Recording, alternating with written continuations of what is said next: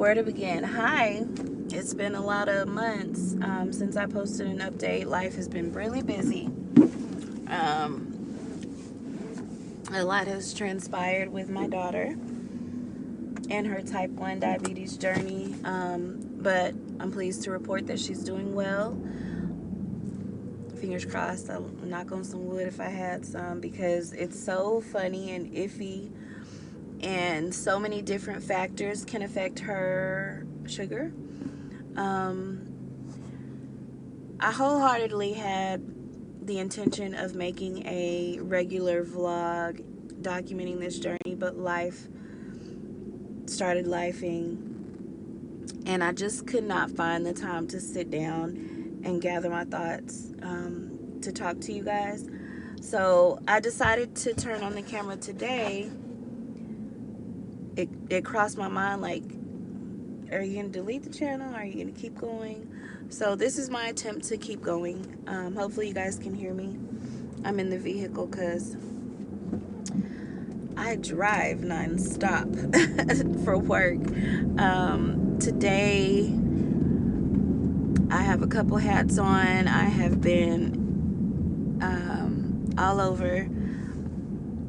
The nurse at school is currently sick with like the flu or something, so I have to go back to my daughter's school and do her insulin before she eats lunch. That she's been sick for a couple of days, so that's been the thing. There are times that I have to be available for her for insulin because life happens. Like I said, the nurse, she's only one person. She had a family member that had a surgery. She was out for several days. She gets sick. She needs personal days. She has doctor's visits. And rather than taking the chance of someone else messing up, they're willing. There's a couple of backup people at school. They're willing, but I would just rather go and do it for right now. You know what I mean? She does her own injection, but I just need to be there to set the pin. So it's a little out of the way for me to have to do that, but I am blessed to have a job where I build my own schedule, and if I need to be there, there's going to be a lot of stopping and going in this video. I apologize. It's just the nature of my employment. I'm in and out the car. I am a home visitor, if I didn't tell y'all that before. So I drop off curriculum, have visits, early education type stuff. So anywho, back to my daughter. So I did not go back and rewatch the last video, so I don't know exactly where to pick up at, but I will let you guys know that we were in honeymoon phase. I didn't know, nobody had ever mentioned that to me, so I didn't know what to expect. Just one day she was at school and then her blood sugar plummeted. You know, I gave the correct dosage for her lunch that she had. She always takes a lunch to school, even prior to diabetes. I always packed a lunch, and so her blood sugar just went, and I was like, oh whoa, so let me ease up on insulin. So the next couple of days I gave a little bit less, and then that she still plummeted, and then I gave her a little bit less, she still plummeted, and then I one day I was like, let me just try it. So I gave her a meal. Let's just say it was Chick-fil-A. No insulin, and she went up a little bit and came right down on her own. And so that's what, for those who may not know, that's what the honeymoon phase is basically your pancreas has revived itself. And so of course we know that in type 1 diabetes, insulin dependent diabetes, your pancreas no longer produces any insulin, or very little insulin, and so you have to give your body the insulin from an outside source, injection or pump. And so with the honeymoon phase, typically it happens to every type 1 diabetes patient in some fashion, from what I'm understanding. And there's no guideline. You know what I mean? Everybody can be different. So basically what my endocrinologist said, it could be 3 days, it could be 3 months, she could be in a honeymoon state for 3 years. It really just depends on her body. Excuse me. So from that point on, we went about a month, maybe 2, no insulin. And it was amazing, but it's also really jolting, because especially when so yeah, for the first couple of months after discovering we were in a honeymoon phase, I didn't have to give her any insulin. I was still giving her the basal insulin, which is, we use Lantus. She gets a certain amount every night, same time, which is a background insulin. I was still doing the basal, but I had to bring that dosage way down. Like, she was initially getting like 18 units. We went down a unit until we found the appropriate dose, something that would hold her steady through the night but not drop her.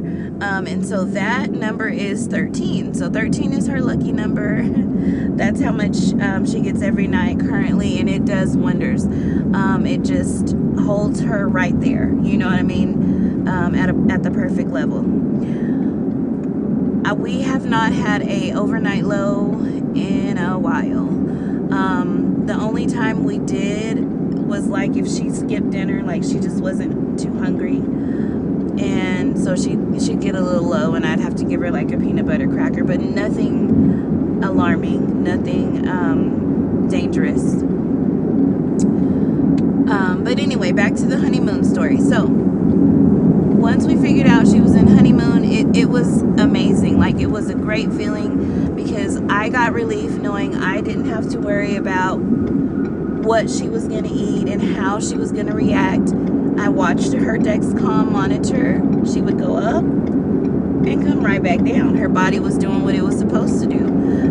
Everything was smooth sailing, but it is bittersweet, because great, you don't have to do the shots. So I felt great. I felt happy for my daughter. You know, I'd never wanted her to go through the pain, but it psychologically, it made her think, oh, I'm cured, I'm fixed, I don't have to do this anymore. So then when we got to the point where she's going up but she's not coming down anymore, which is honeymoon phasing out, right? So once we got to that point, it was the stress, the drama all over again, the crying, the not wanting to do it all over again. We had gotten into this routine, and she had gotten used to having to inject herself every time she got ready for a meal, and then it stopped, so she got used to not, and then now we got to go back to shots. Like, so it's really kind of damning, the honeymoon phase. So basically what the doctor told me is your pancreas is doing its last little bit. You know what I mean? Like, if it was on its way out, it is doing the last. And so we started noticing that she wasn't coming down. She was being a lot higher than what she was being, and so that let us know that, hey, honeymoon is coming to an end. So we adjusted insulin, and we gave her a little bit of insulin, but not a full dose, and we managed that situation. And then my biggest fear happened. She got sick. She got the flu. She had the flu A, plus an ear infection at the same time. I did not realize it was so severe until I took her to the doctor. She had been sneezy and kind of coughing a little bit for about 3 days, and I attributed it to allergies, which her allergies are terrible. And I gave allergy medicine and, kind of nasal spray and things to kind of tide her over at school. And then one day she was just like, I cannot, like, my legs hurt, Mom, I don't feel good. And so I was like, oh, okay. So took her to the doctor the next morning. My doctor's really good. They get us in pronto. Whenever I call, they know her situation, and they are really good about working me in. So I took her to the doctor. She got all the tests. She had flu A. I think she had strep as well, and an ear infection. This was the hardest part. This was very... And so during that time, I'm calling the nurse on call. I'm calling the endocrinologist. I am doing nurse on demand. I'm doing MD Live. I am trying to get help any kind of way that I can, but with no response, which was crazy. It turns out my endocrinologist had some turnover. They were short a nurse. And then the one nurse that they had got sick with the flu herself, so she was out for a week. But I was leaving all these messages like, hey, I need help. I don't know what to do to get her down. She's sick with flu.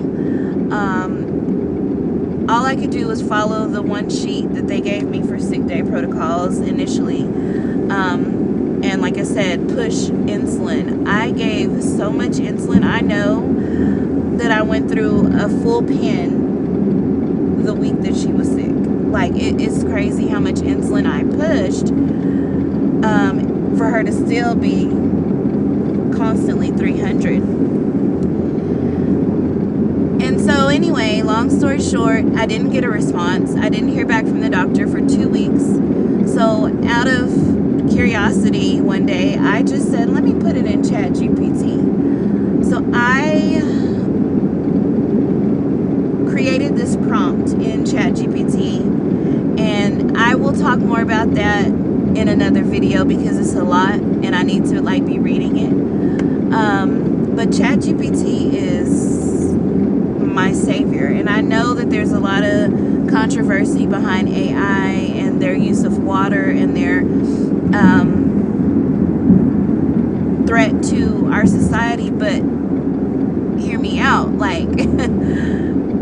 I put ChatGPT on her current regimen. You know what I'm saying? I told them what her carb ratio was, what her correction factor is, her age, even down to it's 10:08 a.m. and her blood sugar is 166. She's getting ready to eat a grilled chicken salad wrap and a bag of chips. And ChatGPT was able to not only calculate my carbs, it also gave me dosage.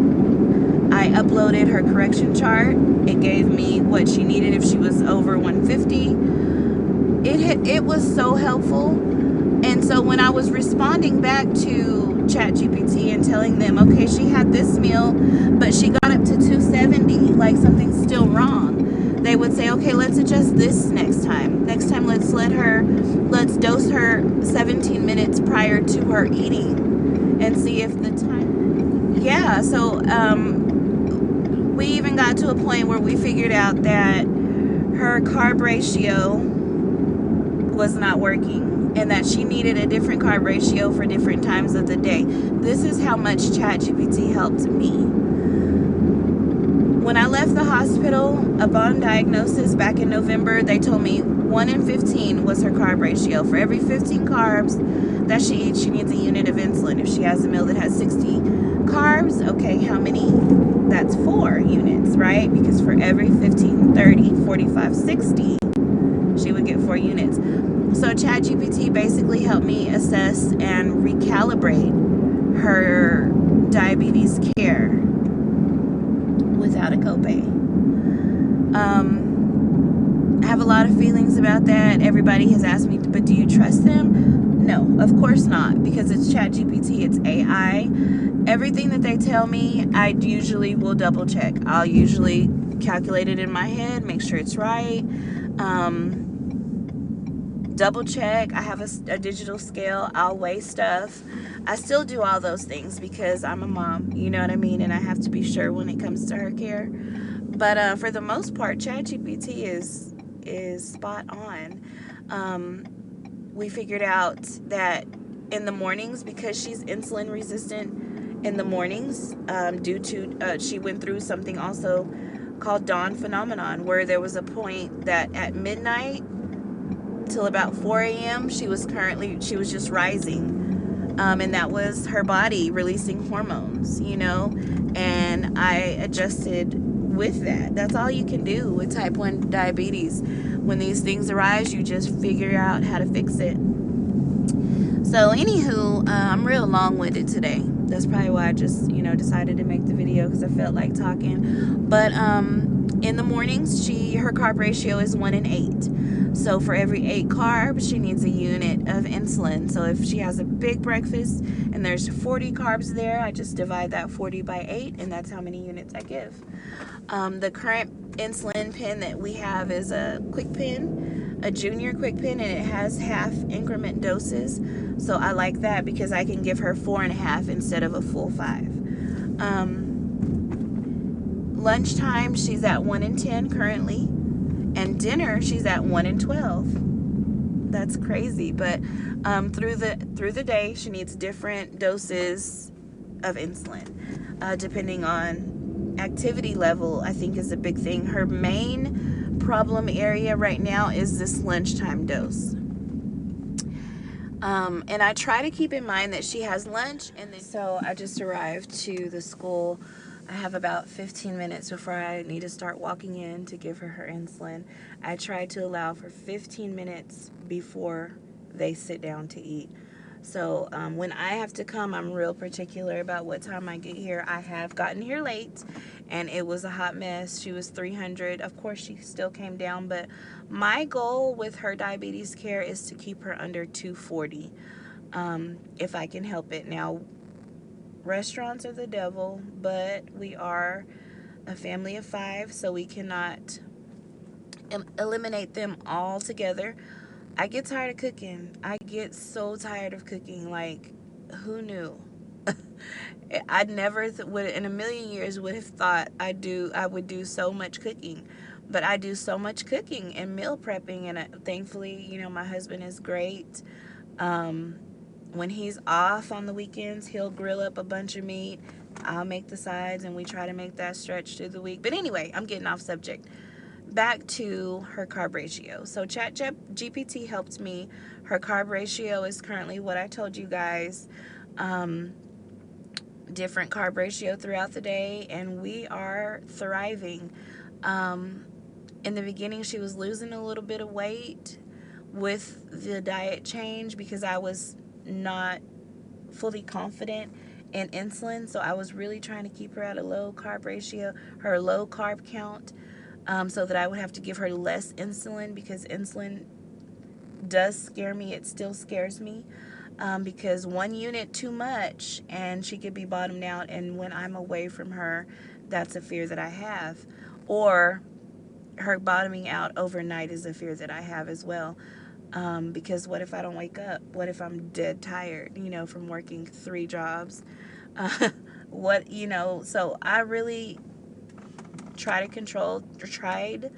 control things with food. The difference now and a couple months ago is that now I let her eat pretty much whatever she wants, and I adjust for it with her insulin. That being said, if we're out to eat and she wants shrimp, she loves shrimp. So the other day, for example, we went to Texas Roadhouse, and she got the grilled shrimp plate. It has grilled shrimp. It comes with a side and rice, like a bed of rice. When she gets her plate, I will take half of that rice, half the fries, or we'll substitute the rice for a side salad. But I do let her eat. So yeah, excuse me. I just adjust the way that I see fit. I know for a fact that restaurant food, specifically Texas Roadhouse, I don't know what they doing to their foods, but if you're on a low carb diet, that's not the restaurant for you, boo.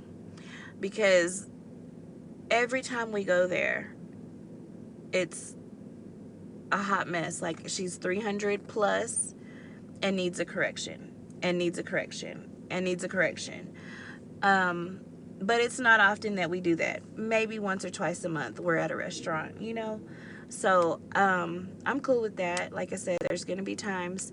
There was an instance where when she first got the flu, we went out to eat at Cheddar's. Didn't know she had the flu during this time. we're at the table. We ordered our drinks. It was a young kid as the waitress. I told them to give her Coke Zero. I feel like they gave her full sugar, and she got 2 refills. Never crossed my mind. All of a sudden, she was 500, and I was freaking out, you know. And so lots of corrections that day. Plus, we had the flu in play, so that was making her resistant. It was a hot mess.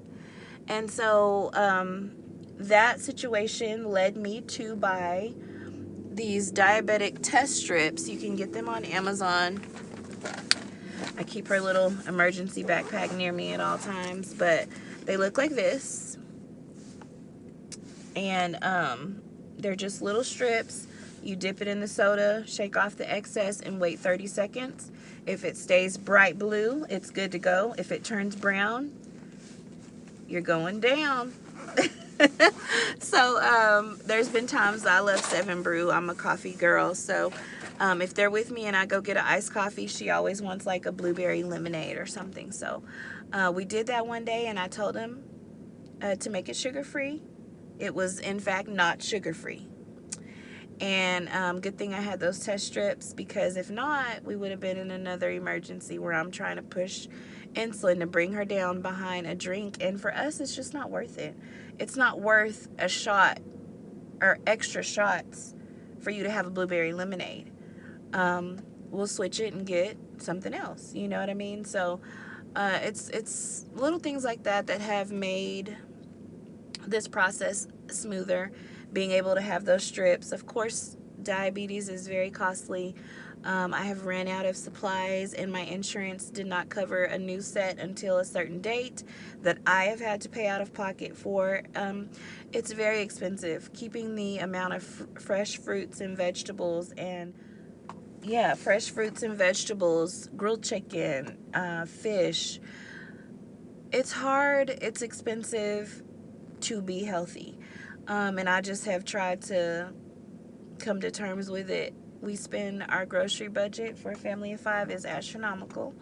I'm always at the store. I am always at the store, because fresh fruits and fresh vegetables and things like that don't last like packaged foods. You know, you can buy a box of chips and it's there for a month, but she doesn't always get chips. A good thing that we have substituted chips with is pork skins.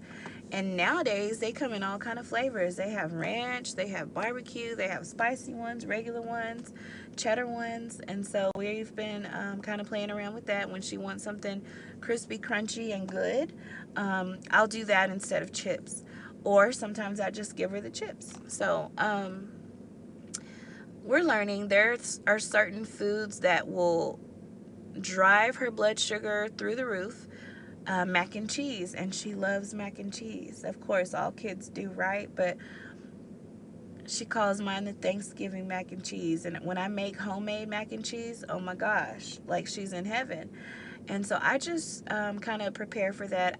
I've learned to split dose. So I'll give her, let's say the meal comes out to 70 carbs. And it's calling for 4 or 5 units, maybe 6 units.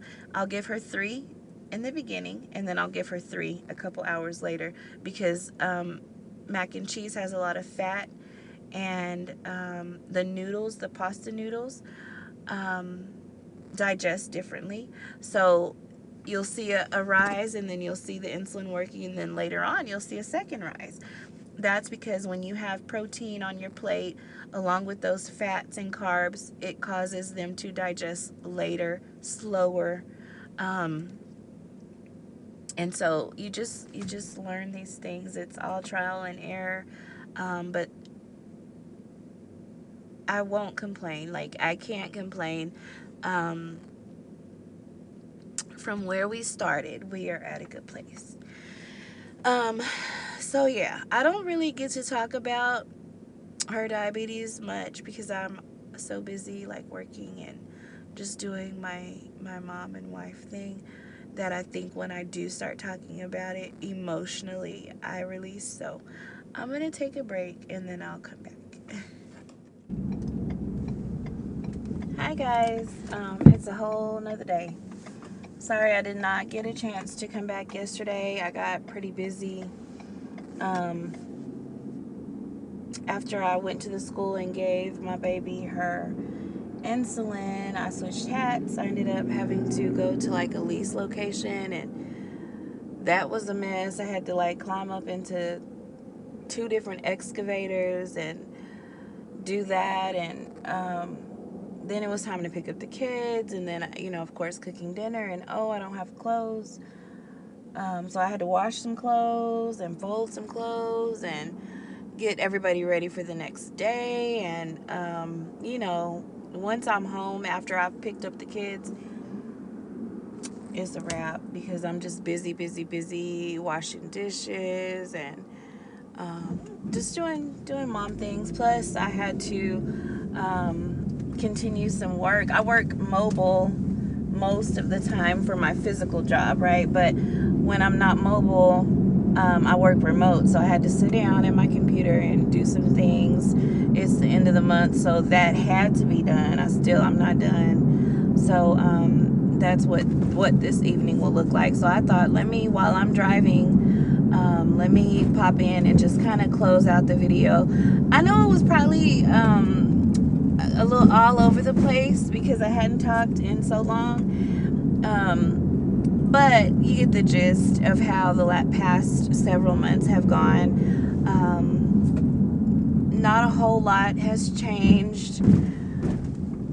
I've just a lot of learning, a lot of trial and error, and yeah, I really don't have too much else. One thing that I'm a little antsy about is my daughter's in 2nd grade, and so they are taking a field trip to the zoo in a couple weeks, and that's interesting because this will be our first summer as type 1 diabetic, you know, family, and I don't really know how heat affects her for real yet.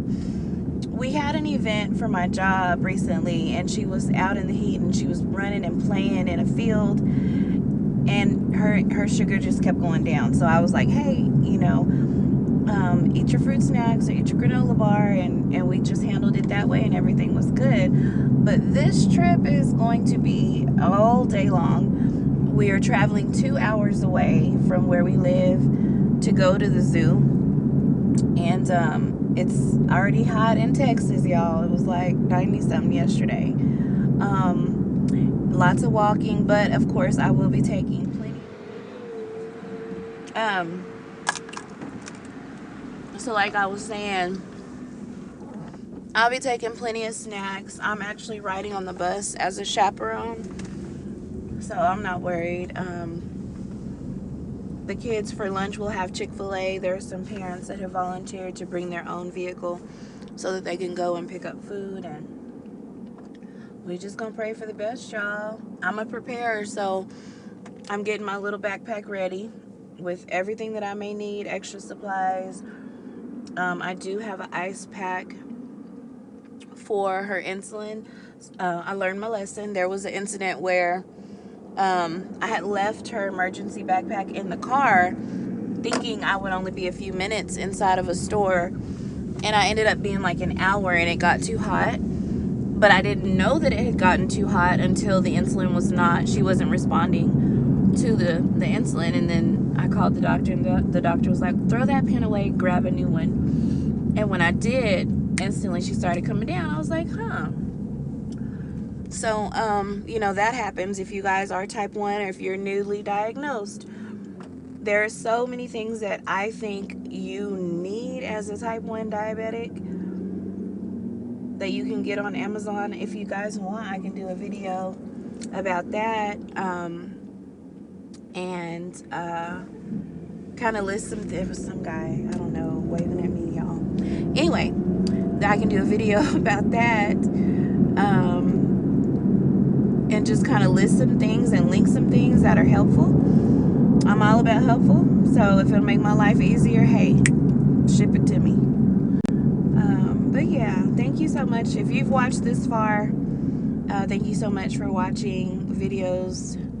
The more I film and record myself, I guess will get a lot easier. I'm hoping, you know what I mean? So I can kind of stick with this because,